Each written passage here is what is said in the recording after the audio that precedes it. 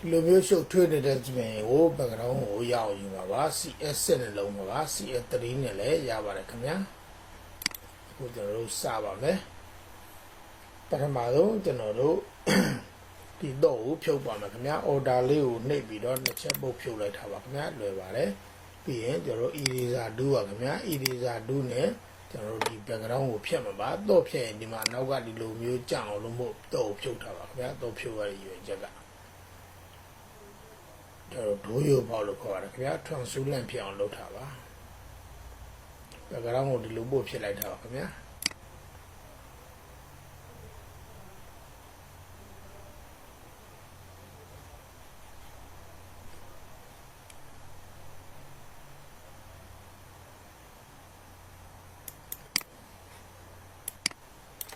ပြီးရင်တော့ layer အသစ်ယူရမယ်ခင်ဗျာဒီ layer အသစ်ကိုလူနှိပ်ယူလဲရပါတယ်ပြီးရင်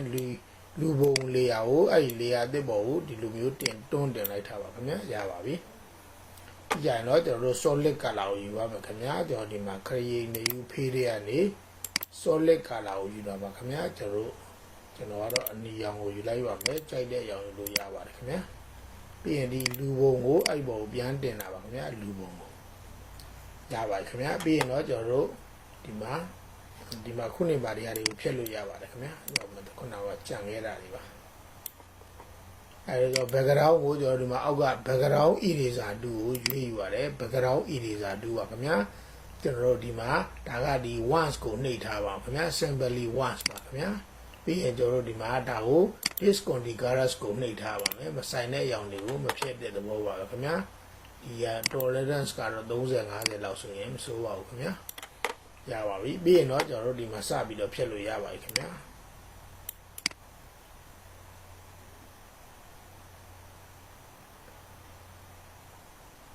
ဟိုကြီးချက်ပြပါမယ် control space bar ပါခင်ဗျာ control space bar ကိုကင်ပြီးတော့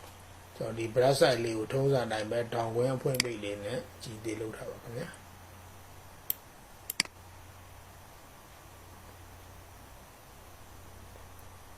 ရှိလေးလုပ်ပေးပါ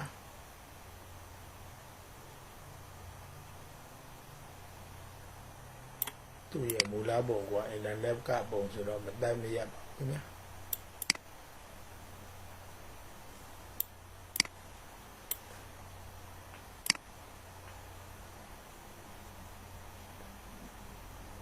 ဒီဆက်တဲ့နေရာကိုလည်းကြောက်မလို့ခနဲ့တခါလေးလက်နဲ့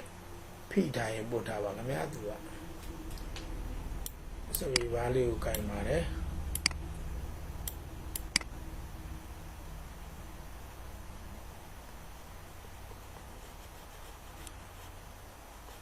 လိုရေးမကြည့်တဲ့နေရာကြရင်ကျွန်တော်တို့ brush ကိုကြီးပြလိုက်ပါခင်ဗျာတောင်ကွင်းအပိတ်နေပါ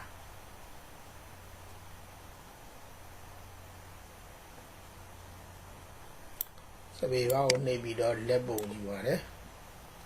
တောင်ဝင်းပိတ်နဲ့ကြီးရတယ်ခင်ဗျာ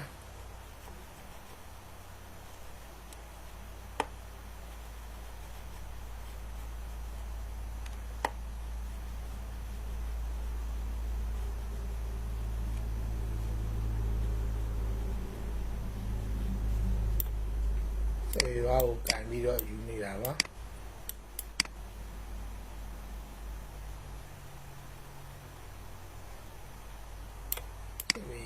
ကင်ပြီးယူရတယ်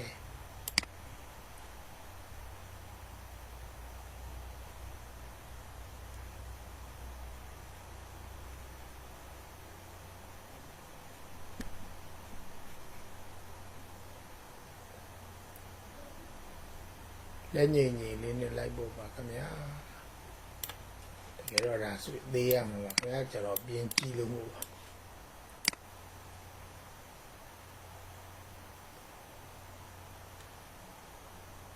လက်ညှိဖို့လိုပါတယ်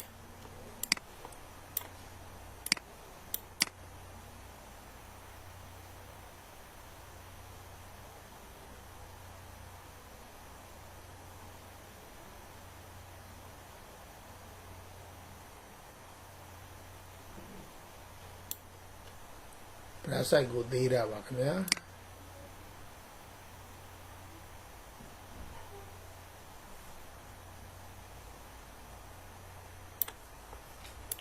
တမရက်တဲ့နေရာလေးတွေကိုလိုက်ညှိပါခင်ဗျာဒါဆိုရင်တော့ကောင်းသွားပါပြီကျွန်တော်နောက်ဆုံးအဆင့်ကတော့ကျွန်တော်ဒီမှာပါခင်ဗျာဒီစမတ်2နဲ့မှားတတ်ပါတယ်ခင်ဗျာဘန်ဒူးပါခင်ဗျာဒေါ်2ကဒီမှာပေါ်နေတတ်ပါတယ်ဒီလိုလုံးလေးပါခင်ဗျာအောက်ကဘန်ဒူးပါခင်ဗျာအဲ့ဒီဘန်ဒူးနဲ့အခုဒီမီကိုရောင်ဖြစ်နေတဲ့နေရာတွေကိုလိုက်ပို့မှာပါဗျာဒီမလှတဲ့နေရာတွေကိုဘန်ဒူးနဲ့လိုက်ပို့ထားပါခင်ဗျာဘန်ဒူးနဲ့ဒီလိုလိုက်ပို့လိုက်ထားပါဘန်ဒူးနဲ့50ရာခိုင်နှုန်းမစ်တုံးဟုတ်ကဲ့ပါ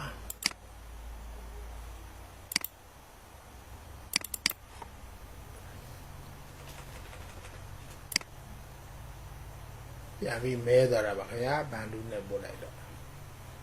ဒီကိုရောင်နေထားနေတာမလို့ပေါ့ဒါပုံကြီးတအားကြီးချက်ထားလို့ပါခင်ဗျာ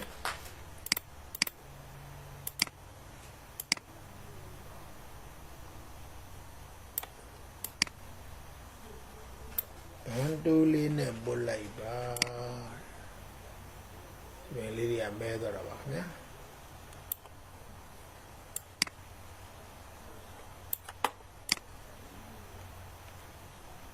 စိတ်ရှိလေးပုံကောင်းထွက်လေပါ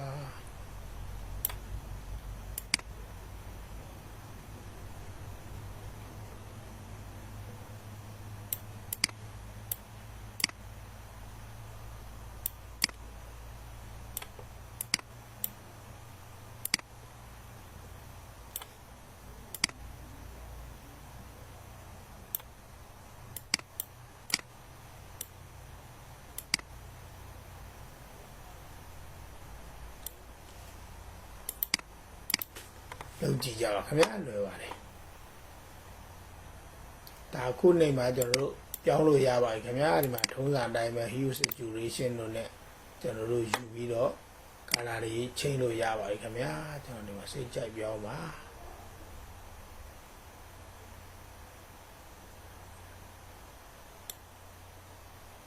ရင်တော့ကကျွန်တော်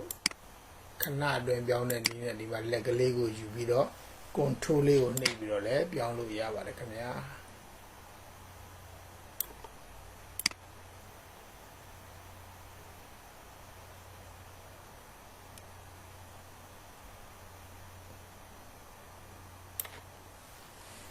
လုပ်ကြည့်ကြပါ